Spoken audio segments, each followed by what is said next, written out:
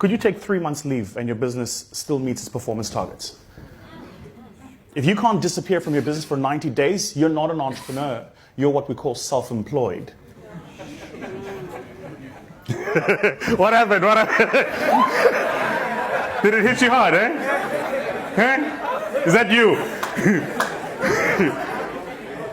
Guys only laugh at that when they hear a nice bar and a hip-hop song and they're like, oh! Oh! Yeah, you're not, that's why, for me, the distinction is actually not academic. It's important, right? It's a very important distinction. There's a couple of models that go around. I'll share with you one that I kind of share with entrepreneurs, right? So there is a difference between being an entrepreneur, yeah? Being a business owner, yeah? Being self-employed, yeah? I beg your pardon? Being an employee. No, well, that wouldn't quite make it onto this. And being a professional. These are not the same things.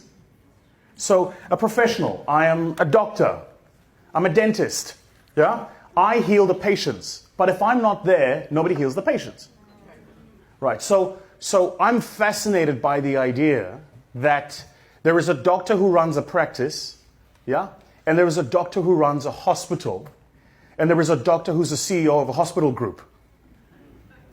I'm fascinated by that because they clearly have the same training, they just operate at very different levels. Yeah? The other thing you need to recognize is this is not for everybody. Most people, I think like 90% of people who say they want to be entrepreneurs actually just want to mean I want to determine my own life. Now, if that is what you're saying and that is what you want, which is you want to take your kids to school and rock up at the office at 10 o'clock, leave the office at 2, work a 4-hour day, then that's not quite what we mean by entrepreneurship. You want to be self-employed. Very big difference. So the graphic designer is somebody who's self-employed. I employ me, but I do the job. I am the value.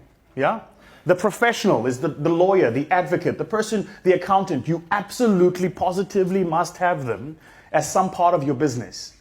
They may use an underling to do the work, usually some sort of apprentice, but it's very difficult for them to scale their businesses because they need to sign off the document. You know, when my audits get done by EY, I know who the partner is. So if that document's not signed by him, even though I know he didn't do the work and his apprentices did, he must sign the document, right? So he's clearly a professional employed. Make sense? If he was to start his own business, a lot of professionals do this. So you leave EY, you leave PwC. I see a lot of black professionals, by the way, who walk into companies oversold on this thing of transformation and then get there and realize that the companies are quite as transformed as you used to be. Oh, rule number 4 of the masterclass, as we call it as it is here. And I've just seen so many of my friends who do this. They're like, oh, I've joined company X, Y, and Z. And then 3 months later they go, yeah, no, I'm leaving. Right? Typically, when they leave and they say, I'm starting my own business, really what they mean is I want to be self-employed now. I used to do HR as an HR business partner, and I'm going to start a recruiting company. Yeah? I used to be in the legal team, now I'm going to do legal stuff. Right? Those people aren't entrepreneurs. You're self-employed. Big difference. The business owner is kind of the level you're talking about, right? So the business owner goes, so I've got this business, right? And rather than employ myself, I'm going to employ people to manage the people I used to manage, right? The thing is, you can never shortcut this process from here to here to here. You can't shortcut it. You have to go through all the steps, right? So if you think from day one, and this is, in my mind, a lot of the mistake I see some of my VC friends make who are chasing valuation growth. Long story for another day, but I really think that there's a bubble in South Africa, particularly in the tech space, where we're overvaluing companies off the base of the fact that there's more funds than there are good tech companies. So they're attracting very high valuations, they're getting a lot of money, but the entrepreneur driving that business hasn't gone through the natural process of growth.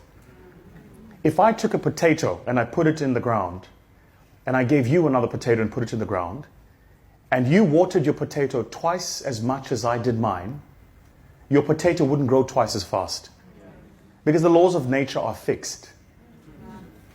Like I love my son, he's 8, but he has to go through puberty. He can't skip it. That make sense? So a lot of us try to skip phases of growth because we want to get to the other side. The mistake you make is you don't realize that in that phase of growth is a lesson you've got to learn. So you have to manage your people long before you get managers to manage your people.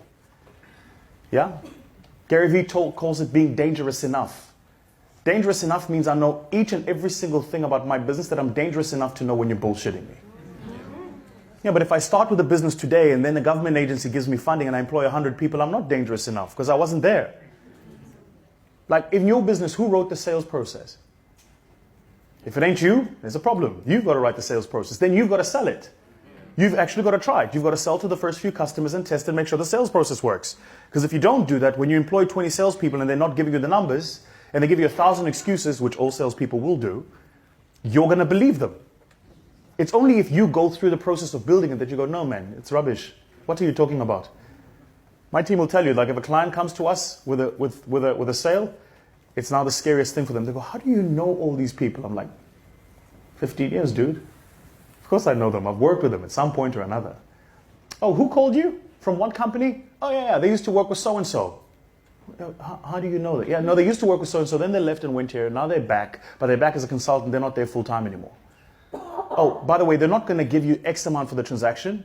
You're going to have to go in at 85% of the value of the transaction, but what we should do is add a 20% premium on the actual proposal so that when they discount us down at the 20%, we get the value we wanted, not the 85% that we're willing to pay.